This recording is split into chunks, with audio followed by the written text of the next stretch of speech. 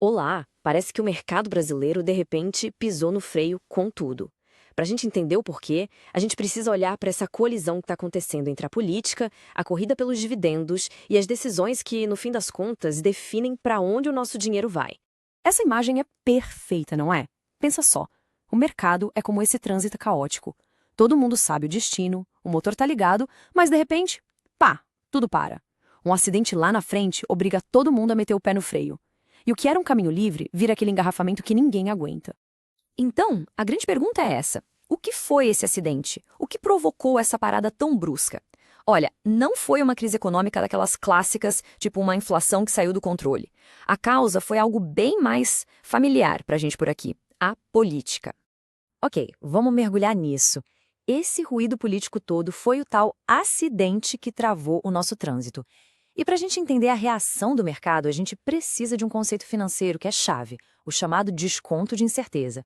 Falando de um jeito bem simples, é o seguinte: quando o futuro fica meio nebuloso, imprevisível, o preço das coisas cai. Os investidores espertos que são exigem um desconto para topar o risco de não saber o que vem pela frente. É basicamente uma compensação pela falta de clareza. E essa analogia aqui ilustra a ideia de forma brilhante. Ninguém vai pagar o preço cheio por uma coisa se o valor dela pode ser afetado por uma mudança de regra que ninguém esperava. A dúvida, ela tem um custo. E no mercado, esse custo aparece direto no preço. Agora, um ponto fundamental aqui: a reação do mercado não é um julgamento político, sabe? Não é torcida. É um cálculo frio, pragmático. Quanto maior a incerteza sobre as regras do jogo, mais caro fica o risco. E tem um setor da economia que sente esse baque primeiro que todo mundo. E que setor é esse? Os bancos. Pensa neles como o termômetro da economia. Quando a temperatura política sobe e o futuro fica incerto, eles são os primeiros a sentir a febre. A vulnerabilidade dos bancos fica bem clara aqui. O negócio deles funciona na base da confiança. Então, quando a instabilidade política começa a gerar aquele medo de calote, ou o medo de que as regras mudem do dia para a noite, a confiança, some. E junto com ela, o valor das ações dos bancos vai lá para baixo. Essa aqui é uma forma ótima de entender esse movimento. A queda nas ações dos bancos é como se fosse uma manobra defensiva do mercado. Não quer dizer que os bancos vão quebrar, nada disso. Significa que os investidores estão se protegendo, recuando para uma posição de mais cautela.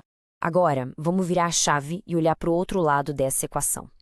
Enquanto o mercado está todo na defensiva, o governo está numa busca, digamos, urgente por novas fontes de receita para conseguir fechar as contas.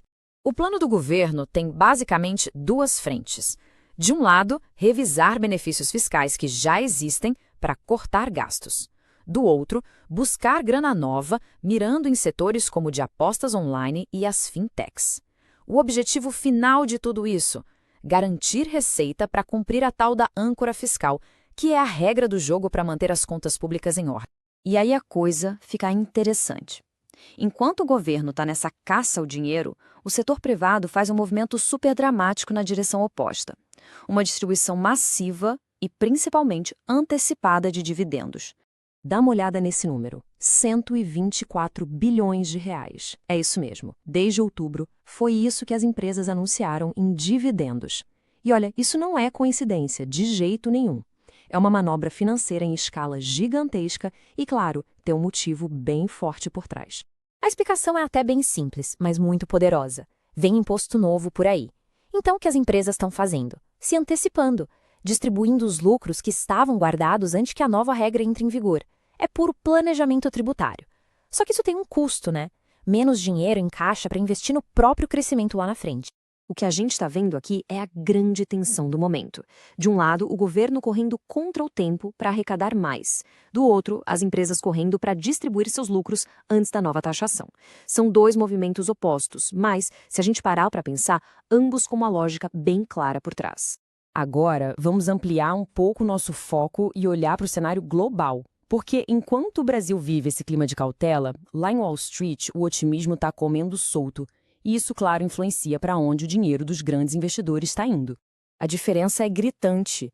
Enquanto o nosso Ibovespa está ali, patinando, o mercado americano está em alta, batendo recorde atrás de recorde. Para o dinheiro que circula no mundo, a escolha fica meio óbvia. Por que arriscar aqui se tem oportunidades que parecem mais seguras e rentáveis lá fora? Essa é a lógica perfeita da gestão de risco de quem tem muito dinheiro. Diversificar o patrimônio em outros países não é uma fuga, mas sim uma estratégia inteligente para não deixar todos os ovos na mesma cesta, especialmente numa cesta que parece um pouco mais instável no momento. Durante muito tempo, os juros altíssimos aqui no Brasil seguraram a maior parte da fortuna dos ultra-ricos dentro do país. Mas olha, esse cenário está mudando. Embora esses 90% ainda sejam uma fatia enorme, a busca por diversificação global está ganhando cada vez mais força. Mas calma, no meio dessa cautela toda, dessa busca por segurança, existe um outro lado do Brasil que funciona e funciona muito bem. É uma parte da nossa economia que, em vez de frear, está acelerando e virando referência para o mundo. 40%. Guarda bem esse número porque ele representa uma verdadeira revolução silenciosa que está acontecendo bem debaixo do nosso nariz, na nossa economia digital. E aqui está a resposta: o Pix. Hoje, ele já responde por 40% de todas as compras online no Brasil. É o exemplo de uma política pública que deu tão, mas tão certo que virou um case de sucesso mundial. Simples, barato, eficiente.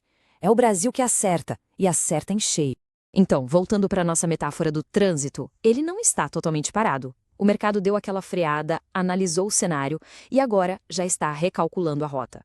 Não é uma paralisação total, mas sim uma adaptação em tempo real a esse novo cenário cheio de desafios, mas também de oportunidades. E a gente termina com essa reflexão.